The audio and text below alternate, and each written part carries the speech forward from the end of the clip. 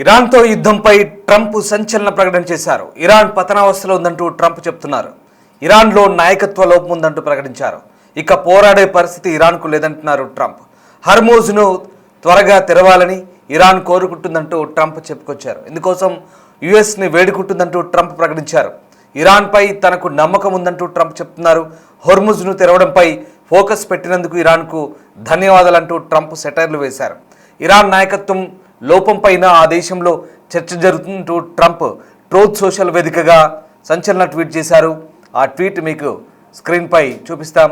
Hormuz జలసంధికి సంబంధించి Trump Donald జే Trump పేరుతో truth సోషల్లో ఆయన చేసిన ప్రకటన ఇప్పుడు సంచలనం రేపుతోంది.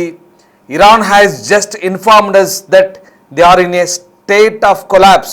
They want us to open the Hormuz Strait as soon as possible as they try to figure out their leadership situation, which I believe they will be able to do. Thank you for your attention to this matter, President Donald J. Trump అంటూ ఆయన చేసిన tweet ఇప్పుడు సంచలనం మారుతుంది. America అధ్యక్షుడు Donald Trump మంగళవారం truth సోషల్లో post చేస్తూ Iran పతన మంచున ఉందంటూ తమకు తెలియజేసిందంటూ ట్రంప్ నాయకత్వ సంక్షోభంగా దీన్ని అభ్యర్థిస్తున్నారు. దాన్ని పరిష్కరించుకునే క్రమంలో హోర్ముజ్ను తెరవాలంటూ అత్యవసరంగా అభ్యర్థిస్తుందని, దాన్ని ఇరాన్ పరిష్కరించగలదనే విశ్వాసాన్ని కూడా వ్యక్తం చేశారు. తాము పతన మంచున ఉన్నామని ఇరాన్ ఇప్పుడే మాకు తెలియజేసింది. వారు తమ నాయకత్వ పరిస్థితిని చక్కదిద్దుకునే ప్రయత్నంలో ఉన్నందున వీలైనంత త్వరగా హోర్ముజ్ను తెరవాలని మమ్మల్ని కోరుతున్నారు. వారు ఆ పని చేయగలరని నేను నమ్ముతున్నానంటూ ఆ ట్వీట్ తెలుగు సారాంశం ఇప్పుడు నేను మీకు వినిపించాను. ఇది అమెరికా అధ్యక్షుడు డొనాల్డ్ జే ట్రంప్ చేసిన సోషల్ ట్రూత్ ట్వీట్. అది ట్రంప్ తన ట్రూత్ సోషల్లో ఈ రకంగా పోస్ట్ చేశారు. మళ్ళీ ఒకసారి నేను దాని తెలుగు సారాంశాన్ని మీకు వినిపిస్తాను. తాము పతన స్థితిలో ఉన్నందున ఇరాన్ ఇప్పుడే తమకు తెలియజేసింది. వారు తమ నాయకత్వ పరిస్థితిని చక్కదిద్దుకునే ప్రయత్నంలో ఉన్నందున వీలైనంత త్వరగా హర్మూజ్ జలసంధిని తెరవాలని కోరుకుంటున్నారు. వారు ఇది చేయగలరని నేను నమ్ముతున్నాను. ఈ విషయంపై మీ శ్రద్ధకు ధన్యవాదాలు, అధ్యక్షుడు డొనాల్డ్ జే ట్రంప్ అంటూ ఆయన ట్వీట్ సారాంశం.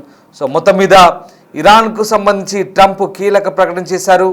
ఇక ఇరాన్ పతనావస్థలో ఉందని, ఈ నేపథ్యంలో ఇరాన్ తమతో కాళ్ళ బేరానికి వస్తుందంటూ నేరుగా ట్రంప్ చేసిన ప్రకటన ఇప్పుడు సంచలనం రేపుతోంది. ఇరాన్లో నాయకత్వ లోపం ఉందంటూ ప్రకటించారు.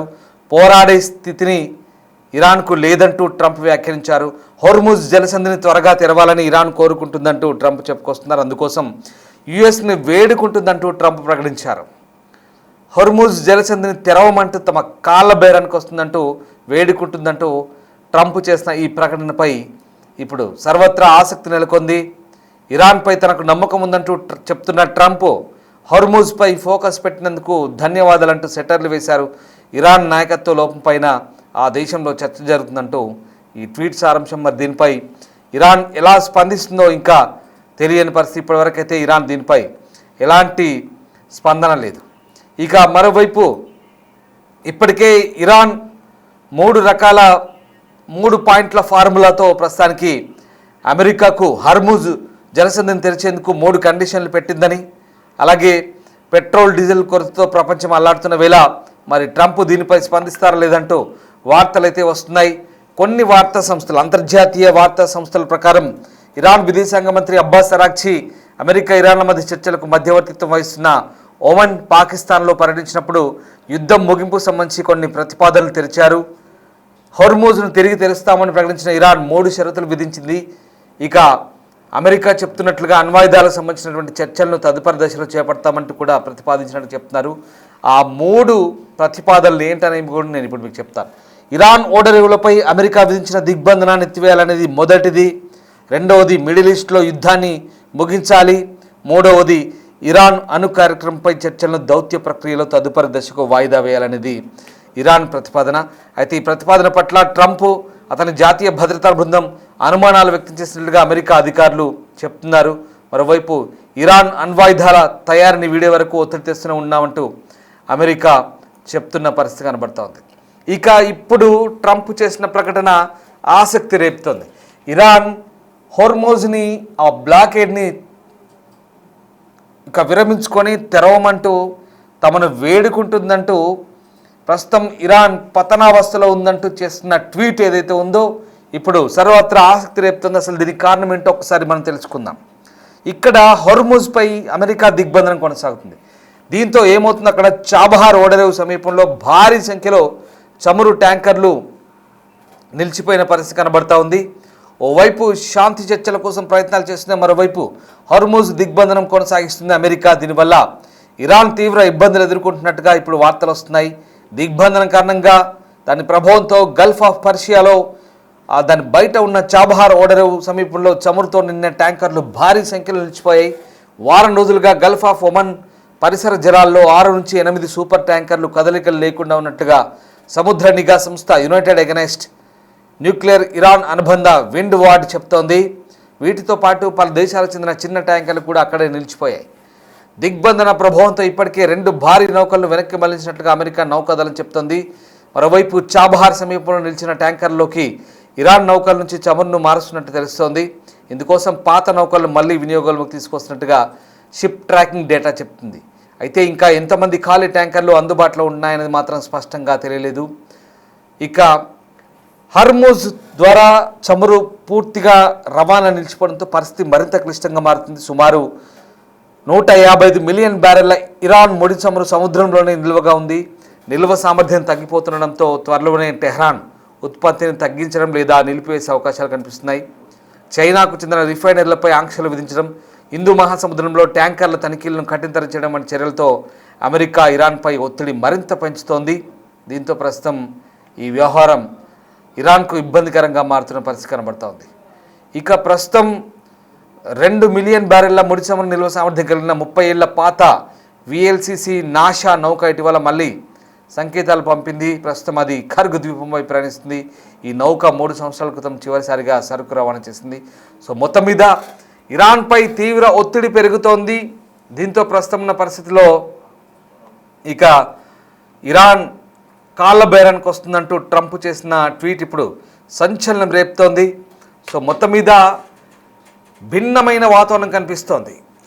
యుద్ధాన్ని ముగించేందుకు తాము సిద్ధంగా ఉన్నాం, కానీ హర్మోజ్ని తెరవాలి అంటూ ఇటువైపు అటువైపు 2 రకాల ప్రతిపాదనలు వస్తున్నాయి. ఇక్కడ సింక్ అవుతుంది. కానీ అసలు విషయం ఏంటంటే ఇరాన్ 3 ప్రతిపాదనలు పెట్టినట్టుగా ఇప్పుడు మళ్ళీ వార్తలు వస్తున్నాయి.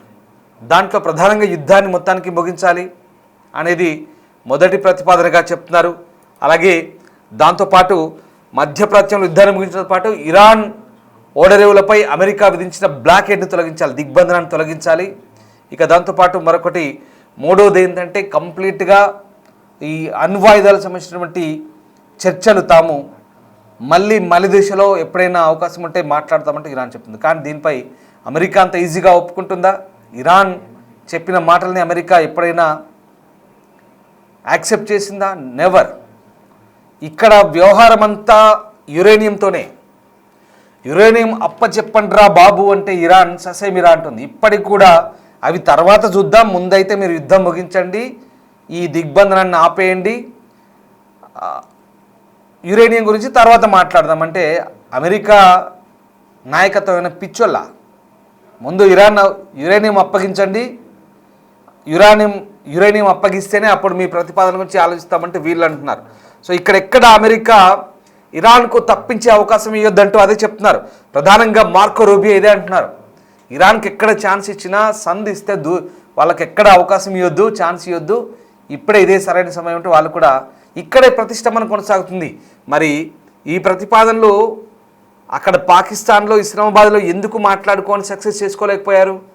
ఇప్పుడు పాకిస్తాన్కు అరాగ్చి ఇరాన్ మంత్రి వెళ్ళి అమెరికన్స్ రాకముందు అక్కడి నుంచి వెళ్ళిపోయి మళ్ళీ మస్కట్ పోయి అక్కడ ఒమెన్ నేతలతో చర్చలు జరిపి అక్కడ మీరు ముందు యుద్ధం ఆపండి, మిడిల్ ఈస్ట్ అంతా, తర్వాత దిగ్బంధనాన్ని తొలగించండి, తర్వాత మళ్ళీ మేము చూద్దాం, అప్పుడు ఆలోచిద్దాం, యురేనియం సంబంధించిన చర్చలు మళ్ళీ దశల వారీగా ఎప్పుడైనా అవకాశం ఉంటే మాట్లాడదామంటే ఆడేమైనా అమెరికా వాళ్ళు ఏమైనా అమాయకులా పిచ్చోళ్ళ ఇరాన్ చెప్తే వినడానికి?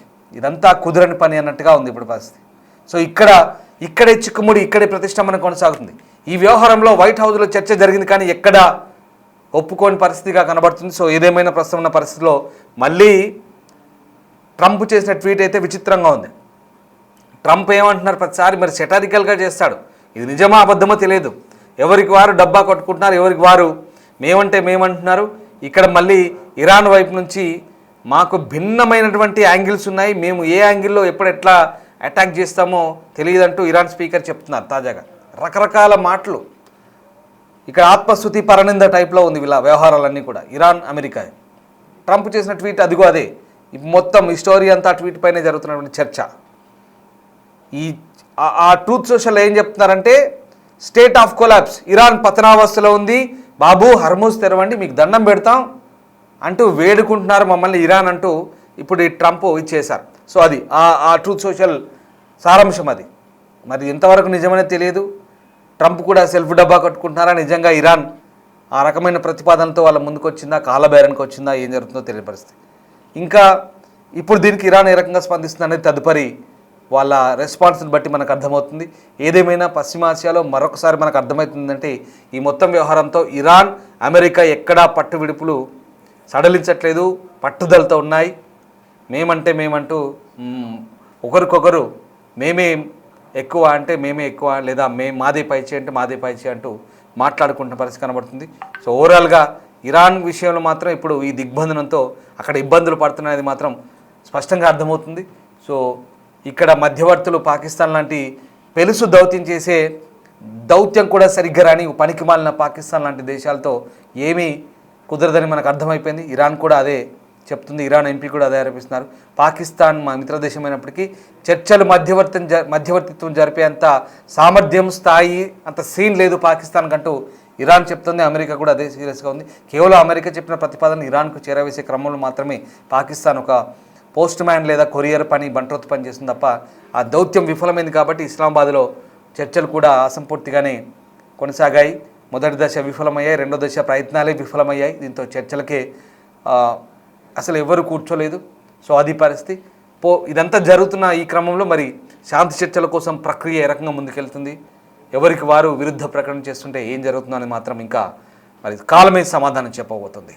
Thanks for watching.